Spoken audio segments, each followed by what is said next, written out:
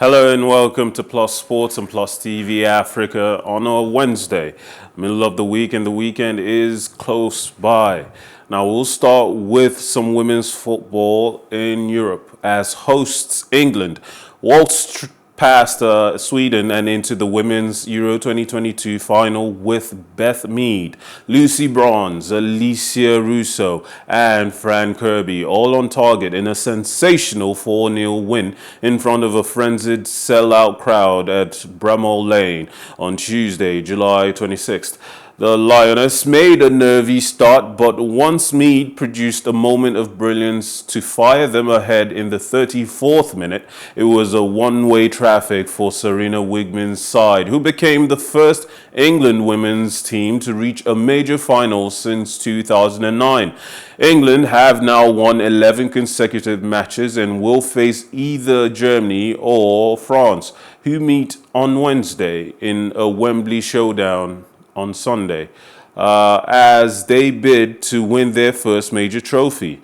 Sweden, the second-ranked team in the world, had three big chances to take the lead early on and were denied by the woodwork, and they paid a heavy price. Mead produced a great turn on the edge of the area to power a shot beyond goalkeeper Hedvig Lindahl to give England a half-time lead that was barely deserved, but they turned on the style in the second half to crank up a party atmosphere inside the stadium, scoring three more goals to put some gloss on the win.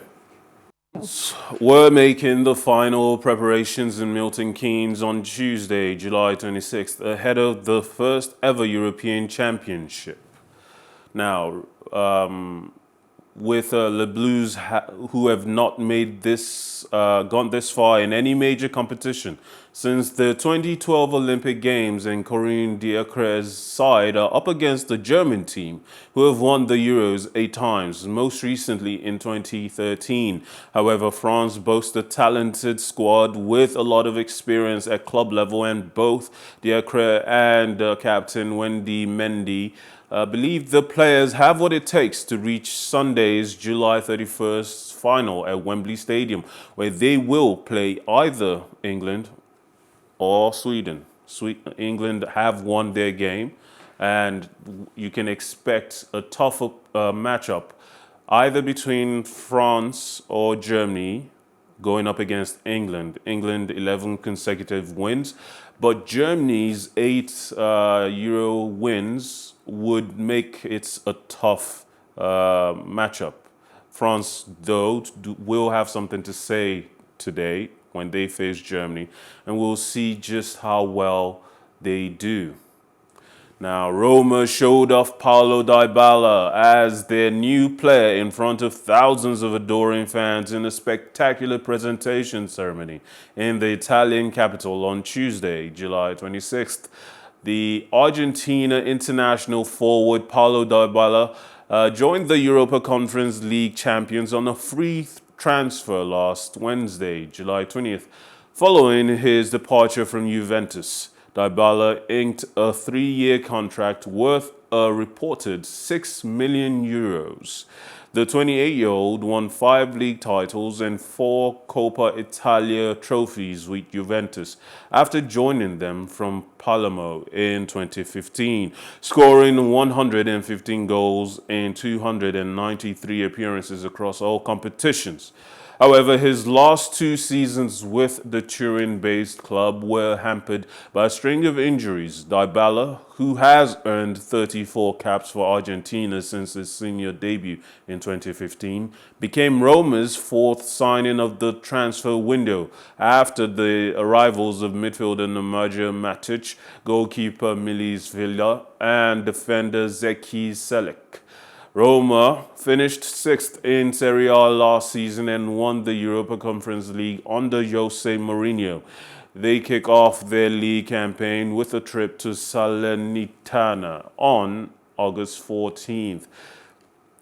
It has to be said that this team is shaping up to potentially be a contender for Serie A title this season, with Jose Mourinho's experience, bringing in more experienced players, and shaping up a team that can compete on multiple fronts, both in Europe and domestically, will be a defining attribute of this Roma team and might be what earns them the ability to go further than they have in Europe in a long time, winning the inaugural Europa Conference League, and potentially they would be contenders for the Europa League title this season as well. Now, as we see the number of signings that have come in, Dybala is a prolific and capable creator of chances in Serie A, and his experience will be invaluable to Mourinho. We'll see how that works out at the end of the season. Now, more transfer stories regarding Luis Suarez this time, who has entered a pre-contract agreement to join Uruguayan club Nacional as a free agent. The former Atletico Madrid, Barcelona and Liverpool striker said on Tuesday, July 26th, the 35-year-old striker started his professional career at Nacional before moving to Dutch side FC Groningen in 2006. First of all, I wanted to thank you for the love through all the messages that both I and my family have received in recent days, which has been impressive. That touched our hearts at this moment that we had to make a decision, he wrote on Twitter. Suarez, who is Uruguay's all-time leading scorer with 68 goals in 132 games since 2007, said it was impossible to waste this opportunity of playing again in Nacional, and we have a pre-agreement with the club. He played for Ajax Amsterdam as well as Liverpool and Barcelona before leaving for Atletico at the end of last season.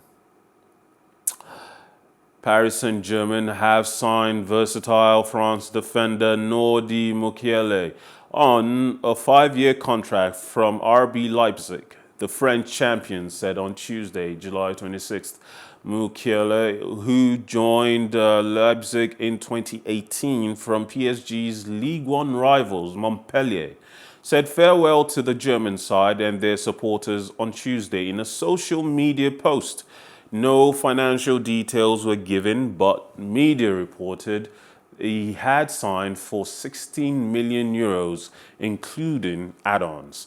At 24, the native of Montreal is thus returning to France by committing until 2027 to Paris Saint-Germain, finding a region he knows by heart and a club he has met several times, PSG said on their website. Mukiele made 146 appearances for Leipzig in all competitions and helped them reach the 2020 Champions League semi-finals and win the German Cup this year, the club's first major trophy. PSG start their league campaign on August 6th at Clermont Foot, who have been promoted to the top flight for the first time.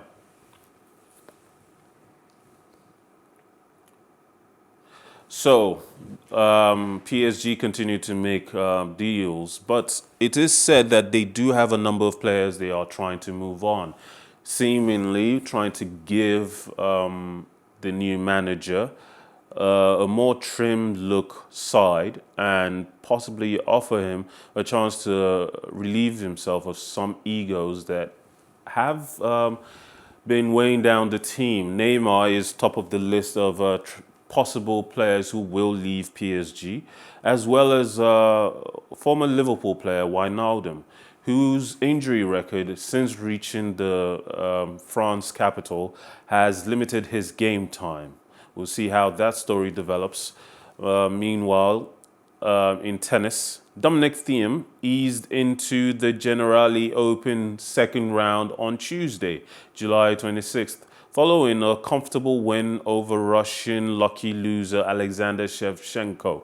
The 2019 champion broke his opponent's serve 4 times en route to a 6-4, 6-2 victory. Thiem next faces fellow Austrian Sebastian Ofner for a spot in the quarterfinals after the world number 235 saw a French veteran Richard Gasquet 1-6, 7-5, 7-5.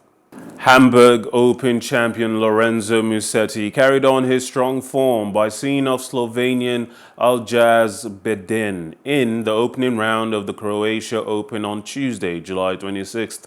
Fresh off winning a first ATP title of his career on Sunday, Musetti booked his spot in the second round in UMAG with a 6-2, 3-6, 6-1 victory. Meanwhile, fifth-seeded Slovak Alex Molcan also progressed following a 6-2, 7-6-2 victory against Croatian Wajom Aljadkovic. Thank you for joining us on Plus Sports on PlusTvAfrica. My name is Mukiele, as always. I try to remind you at the end of every show, life is never boring with some sports. Join us tomorrow for more Plus Sports on PlusTvAfrica. Have a nice day.